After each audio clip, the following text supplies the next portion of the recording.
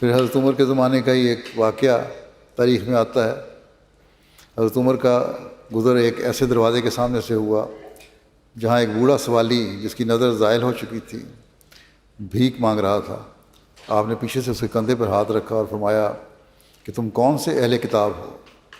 تو اس نے عرض کیا یہودی ہوں۔ آپ رضی اللہ عنہ نے فرمایا کس چیز نے تمہیں ایسا کرنے پر مجبور کر دیا، یعنی بھیک مانگ رہے ہو تم؟ اس نے عرض کیا میں جزیہ، حاجت مندی اور بڑھاپے کی وجہ سے بھیک مانگ رہا ہوں، جزیہ دینا پڑتا ہے، ضرورت ہے مجھے، اور بڑھاپا آ گیا، کام بھی کوئی نہیں کر سکتا، اس لیے اور کوئی میرا ذریعہ نہیں سوائے اس کے کہ میں بھیک مانگوں۔ حضرت عمر نے اس کا ہاتھ پکڑا اور اس اپنے گھر لے گئے اور گھر سے کچھ چیزیں بطور عطیہ اسے عطا کیں۔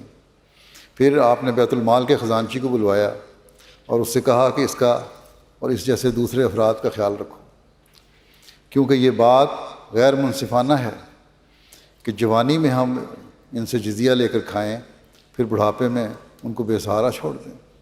جوان تھے، کام کرتے تھے، ان سے جزیہ لیا جاتا تھا، بالکل جائز تھا، لیکن اب یہ بوڑھا ہو گیا، کسی کام کے قابل نہیں، لاغر ہے، مطلب بیمار بھی رہتا ہو شاید، اب اس کا حق ہے کہ اس کو دیا جائے۔ انما الصدقات للفقراء والمساکین، میں فقراء سے مراد مسلمان ہیں اور مساکین سے مراد، آپ نے فرمایا مساکین سے مراد یہ اہل کتاب ہیں۔ آپ نے اس سے اور اس جیسے دوسرے افراد کا جزیہ بھی معاف فرما دیا۔